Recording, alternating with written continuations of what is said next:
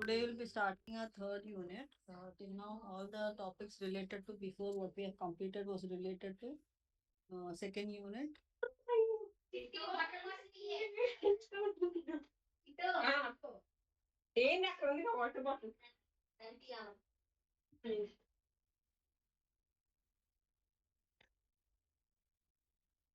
So today we'll be discussing about naive base. This is the third unit. Coming to the part of our syllabus in like class test one.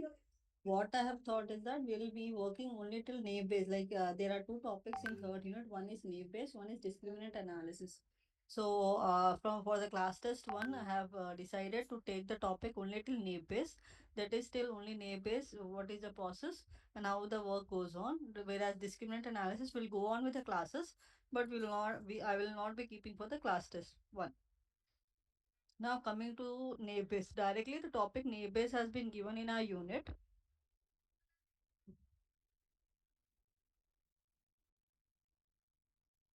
This meeting is being recorded.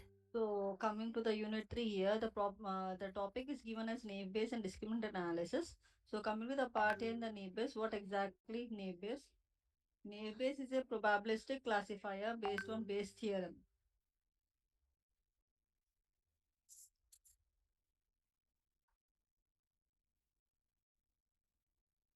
It is a probabilistic classifier based on the Bayes theorem, a simple yet an effective algorithm for classification tasks. So coming to the naive Bayes, naive Bayes works on the probabilistic nature, probabilistic structure, wherein we see that normally it works on the multi-purpose classifiers related to, and it is easy to find their application in many different contexts or many different contexts. Normally, we also see that neighbors, if we elaborate about the neighbors in detail more related to that, I can also say that it's a part of a family of generative learning programming algorithms. That is, it seeks to model the distribution of inputs of a given class or category. Majorly, it is unlike discriminant classifiers like logistic regression. It does not learn which features are most important to differentiate between the classes. Applications of the naive Bayes, if we discuss in detail or in normal explanation, like text classification, medical diagnosis, credit card scoring or credit scoring, which evaluates the credit worthiness of individual of loan temperatures of loan analysis. So these are some examples of naive Bayes algorithm.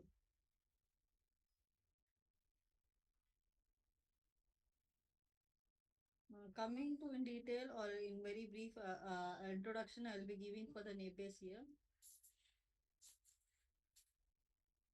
So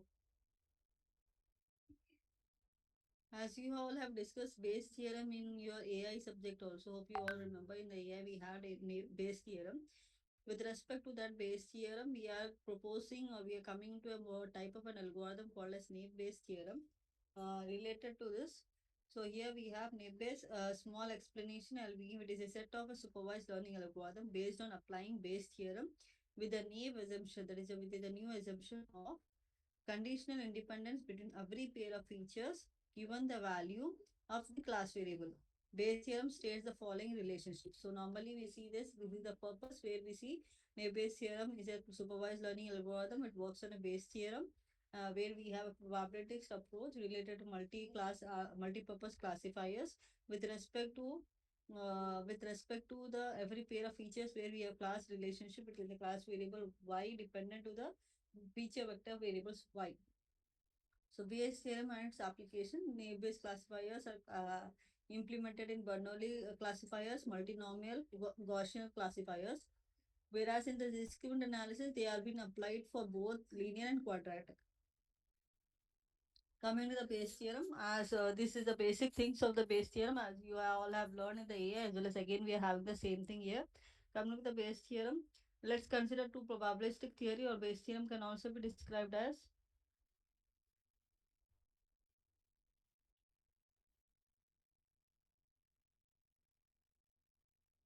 So coming to this one, the Bayes theorem, we can also say that in the Bayes theorem, probabilities or new evidence. So it is like it just adjusts the probabilities when new information comes in and help make better decision in a certain uncertain situations. So if we define in probability, or if we define in a certain way, it can be defined as a Bayes theorem help us to update probabilities based on prior knowledge and new evidence. In this case, knowing the pet is quite new information, we can use Bayes theorem to calculate the updated probability of the pet. Normally, if we see that if I am showing any guess, any pet name, any pet figure, I have to analyze the what type of a pet it is. So if this is an example, if we consider about that, we can calculate the probability, updated probability of the pet being a cat or a dog based on how likely each animal is to be quite similar or quite appropriate. With respect to the this one Bayes theorem, we have conditional probability, commutative probability. We have discrete, general discrete case where when we see that we express considering all the possible outcomes for the random variables. So normally we have seen this in the AI also, where we see how the probability, likelihood, and conditional probability related to the Bayes theorem is applied. As the denominator is normalization factor, the formula is given as expresses proportionality relationship. So here we have Ri equals to yi minus yi of I belongs to 0, comma n. So naive classifiers. So small details about the naive classifier. Once you understood about what is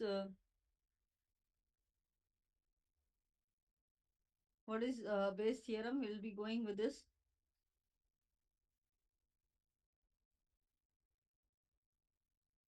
So coming with the naive classifier, these are supervised learning algorithm based. We used our classification algorithm based on the Bayes theorem to find the probabilities.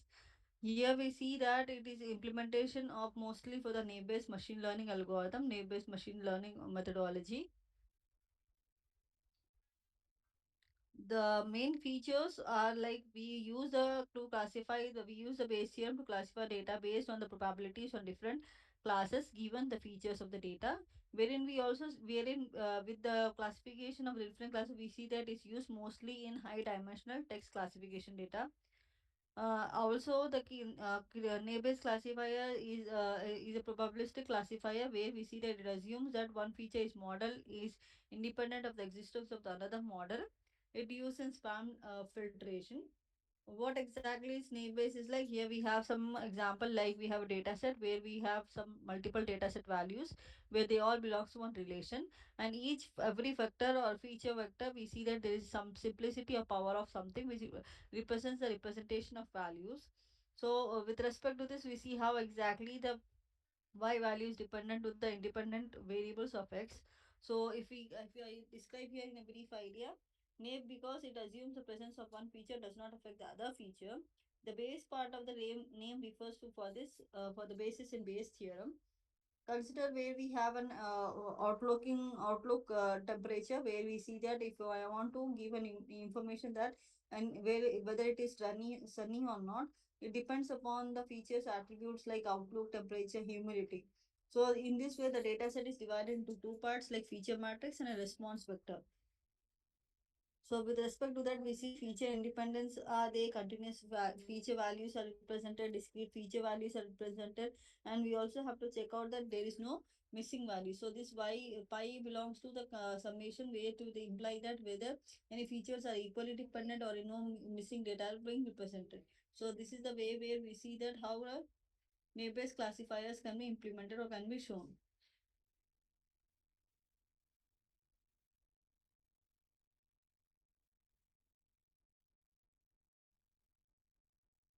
Next, we have different types of classifiers of naive-Bayes. Like we have Bernoulli classifier, multinomial, we said. So coming to the Bernoulli naive-Bayes classifier, it deals with binary features, where each feature indicates whether the word appears or not in a document. It is suited for scenarios where the person's presence or absence of terms is most relevant than the frequency. Both models are widely used in document classification tasks. So normally, Bernoulli classification can be used to see whether the particular outcome of that input is available or not, to check out the dependency or the binary values. So we get the answers as zeros and ones. So normally simple example of this, like if you are checking any word in your document, what do you see? You go with the control F, you type a word and you check out how many times that particular keyword is available. Whether it is zero, it will be giving zero. If it is more than zero, it will give me the answer. So first the thing is that there are two output types. One is yes or no. If yes means there are multiple times that particular keyword is being selected or is being viewed, whereas zero means it is that particular word is not available. So this is also one of the way where we see that how the Bernoulli classification can be utilized.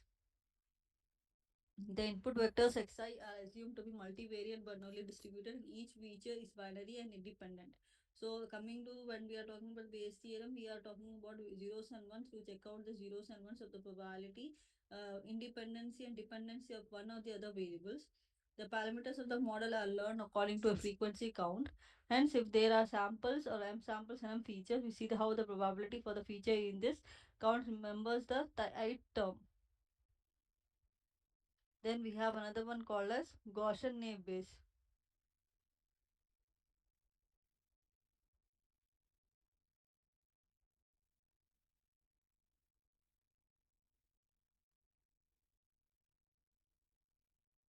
The Gaussian naive Bayes describes like it is used mostly in the continuous values where it is associated with each features as are assumed to be distributed according to a Gaussian distribution. A Gaussian distribution is also called a normal distribution where a normal distribution when plotted it gives a bell-shaped curve which is symmetric about the mean of the feature values as shown. That is, in the Gaussian, we see that we are working with the continuous values where whose probabilities can be modeled using Gaussian distributions whose means and variance are associated with each specific class of these values. So our goal is to find out the maximum, the mean and variance of each conditional values using the maximum likelihood approach. That is how much variant, how much similarity, how much equivalence to the value is there. Considering the mathematical nature of the Gaussian distribution, the likelihood for the whole data set is shown as like this.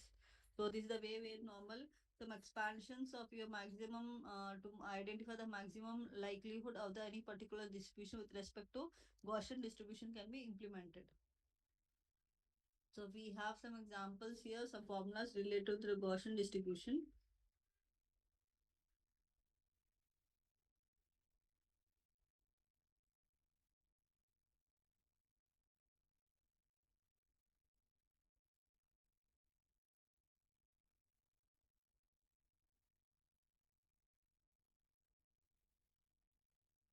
Normally, also we can say in the Gaussian distribution, it is also known as the normal distribution, which plays an important role in machine learning. It is a key concept used to model a distribution of real valued random variables with respect to identify how the and to how with respect to identify or understand the various statistical methods and algorithms. Gaussian distribution in machine learning, the Gaussian distribution is also known as a normal distribution, wherein we see how it is a continuous probability distribution function that is symmetrical at the meaning and how it is being utilized with respect to the deviations. So here we see a continuous probability as well as a standard deviation with this, that is the difference between mean and variance with respect to Gaussian distributions. So here x represents the variable, mu represents the mean value represents the mean, whereas sigma represents the difference, standard differences, standard deviation, whereas we have E here with respect to this L that is represented as the base of the natural algorithm. So this is the way where we use the Gaussian distribution. So compare Gaussian naive distribution to a logistic regression using ROC curves. The data set has 300 samples with a two feature. Each sample belongs to a single class. So before going this one, I'll just explain you how normally a Gaussian distribution curve works on. It works on, it is a, this particular Gaussian distribution curve is a symmetric and bell shaped and it mathematically represents the probability distribution of a continuous random variables. That is, in the Gaussian distribution we categorize by two parameters, that is the mean mu and the standard deviation sigma, which determine the location and the spread of the curve. The standard deviations are used to subdivide the area under the normal curve. Each subdivided section defines a percentage of the data which falls onto the specific region of a graph. So here we have analysis like a smaller standard deviation results in a narrower and taller bell curve, And conversely, if you are talking about this particular prediction, we see that how normally the empirical rule also like 68 to 95 to 99.7 quantifies the proportional rules. So this is the way where normally a naive-Bayes classifier and logistic regression works on, because the naive-Bayes works on the probability likelihood and the logistic regression work on the AOC, that is related to the instant true positive rate and the false negative rate with respect to the dependent and independent variables.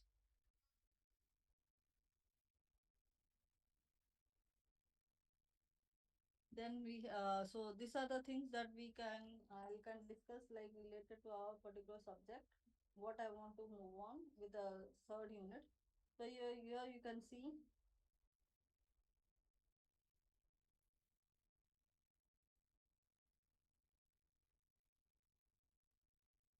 So here you can see that from the third unit we have to learn about the Bayes theorem, Nape-Bayes classifier, multinomial Laplace classifiers, Gaussian Nape-Bayes classifier. So this is my proposal that we will be going till here only. If we start about the discriminant analysis again, SVM, linear SVM, all this will come. So it will be more further very complicated for our class test one, what I have understood. So till here, till Gaussian Nape-Bayes will be complete. We will be having till our class test one. So today, just because I'm little busy with some syllabus work, I'll be dealing again the class tomorrow, next class. Uh, if any doubts, let me know. Further, we'll be going ahead with the class topics, but still, just remember that class test one will be held from 20th, and you have to submit me your assignments also next week when you're coming. Okay.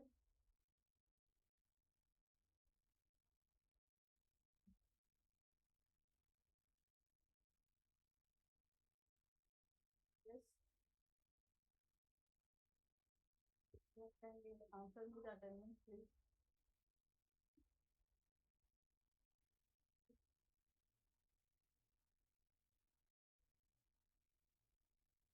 Number one,